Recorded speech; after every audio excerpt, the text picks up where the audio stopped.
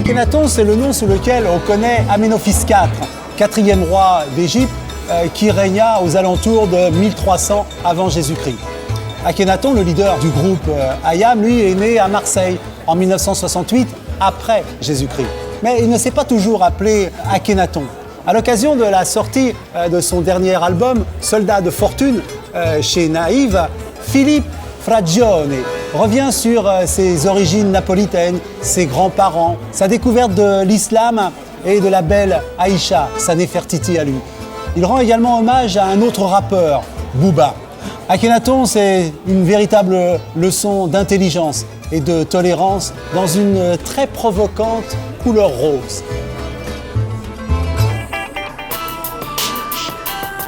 Je vais devenir le rappeur habillé en rose maintenant. C'est des commentaires qui m'ont été faits. Ah mais tu fais pas rappeur. Mais qu'est-ce que ça veut dire faire rappeur? Ça veut strictement rien dire.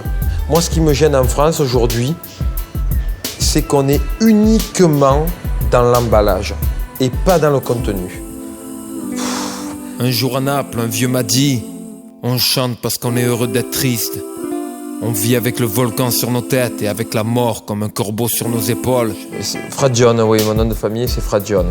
Mon grand-père vient de très exactement de Sperlonga, c'est une petite ville qui est entre Rome et Naples. Ma grand-mère est de Naples. Et du côté de ma mère, ils sont italiens aussi. Naples, en fait, c'est une sorte de mosaïque de langues. Et je pense que j'ai pris conscience de ce mélange de culture à la fois normand, lombard, espagnol, arabe, allemand. J'en ai pris conscience en étant enfant d'immigrés et en m'intéressant à rebours à la culture de Naples. Mon grand-père dit « Fragione è sempre ragione ». C'est très pompeux, ça veut dire les Fragiones ont toujours raison. Ça annonce la couleur. Patience de la frime, brut de décoffrage, comme ça. AKH ou science de la rime, les gens se diront toujours mais qui se cache dans ces signes. J'ai énormément lu sur Akhenaton, c'est pour ça que j'ai choisi ce nom de scène. Parce que tout d'abord, tout simplement, parce qu'il arrive dans l'histoire égyptienne comme un météore et il change complètement les données religieuses et politiques en Égypte. Donc c'est un révolutionnaire. Il a détruit tout l'ancien panthéon égyptien pour avoir un seul Dieu, un Dieu unique. Il y a un truc marrant d'ailleurs sur Akhenaton, un jour, ça devait être 88, 89, et il y a deux potes et deux copines qui sont passés et qui avaient trouvé une photo d'un buste d'Akhenaton. C'était le buste du Louvre. Et ma copine, elle me dit, c'est hallucinant, elle me dit, regarde la tête. Elle fait, regarde la tête avec les yeux comme ça, avec le long visage tout maigre et tout. Elle fait, tu as fait exprès de t'appeler comme ça? Je dis, non. Non, il n'avait pas la moustache encore à l'époque, donc je l'ai rasé depuis, hein, mais... Si avant tout je devais décrire ma vie, elle serait sucrée tel le miel d'Alep. Dieu m'a donné une épouse que j'aime, 3 petits anges doux à mon cœur, mes yeux, mes viscères. Après le flou de ma jeunesse, j'ai compris à quoi ma vie sert. En fait, Akhenaton a donné énormément de place à son épouse Néfertiti. Alors l'analogie dans mon couple, à la limite, c'est une certaine égalité, mais réellement une égalité dans tous les sens du terme. J'ai jamais rien imposé, elle m'a jamais rien imposé. C'est pour ça que des fois, quand on parle de ma conversion à l'islam, c'est pas Aïcha, c'était une volonté qui précédait mon mariage. Et c'est vrai qu'on travaille ensemble sur beaucoup de choses, on s'entend bien. Ça frite un peu normalement quand on travaille avec sa femme sur des sujets parce qu'on passe pas par des arguments alambiqués, donc c'est en direct. Et comme elle est encore plus directe que moi, voilà.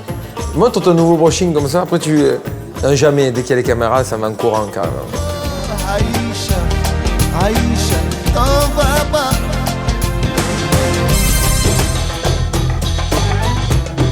On est bien peu de choses et mon ami la rose me l'a dit ce matin. Ça, c'est la sourate 81, le soleil ployé. Au nom de Dieu, clément et miséricordieux, lorsque le soleil sera ployé, que les étoiles tomberont, que les montagnes seront mises en mouvement, lorsqu'on demandera à la fille enterrée vivante pour quel crime on l'a fait mourir. Il faut savoir que l'avènement de l'islam en terre arabe est une révolution et une libération des femmes. Si dans un couple arabe bédouin de l'époque, la première née était une fille, il l'enterrait vivante.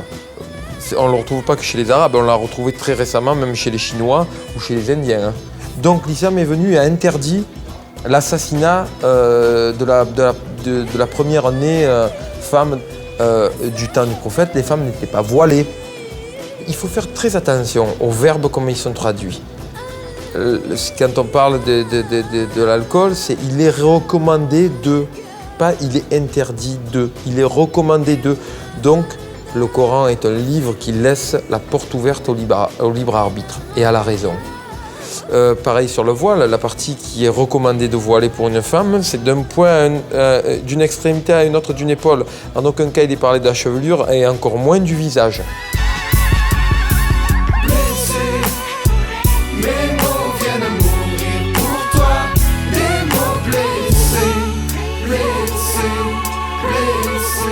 Nous, on est les rois des hypocrites. C'est-à-dire qu'on est toujours là à dire oui, mais les Américains, oh les Anglais, oh le communautarisme, oh les vilains. Ils ont le communautarisme, oh, ils ont des quotas. Ouais, mais au moins ils ont des noirs à la télévision. Soldats, fortune, barda, tordu, hip-hop, de furieux, ravage, ton cru, arrache, amorphé, les cœurs, les corsets, hip-hop, de curieux, innove. Attention. En France, on n'a pas de pétrole, mais on n'a pas d'idées. Et c'est le seul animal, le coq, qui chante les deux pieds dans la merde. Bordel, quand on rentre sur la piste, on est venu teaser, claquer du bif. Pas d'embrouille, man, pas de litige. Sinon ça va saigner, est-ce que tu piges? Aujourd'hui, on a un rap à l'image de la société, très large, avec des gens bien, des gens moins bien, des discours cool, des discours pas cool.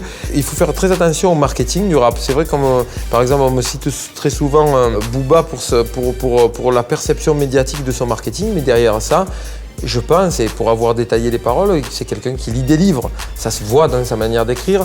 C'est pas la rue, mais l'être humain qui m'attriste. Comment leur faire confiance, ils ont tué le Christ. Oh bordel, quand on rentre sur la piste, on est venu teaser, claquer du bif. Il a une sorte de culture métaphorique qui est proche de la culture africaine et de l'écriture coranique, hein, des métaphores de la poésie arabe. Il y a quelque chose d'antique chez Booba qui est vraiment le côté qui m'intéresse énormément. C'est quelqu'un qui est largement au-dessus du dos au niveau de l'écriture. Après, c'est des goûts musicaux. On est sur la musique, on n'est pas dans du drame, on n'est pas dans de l'actualité. C'est la musique, il faut juste que tout le monde se décontracte. Je danse le Mia.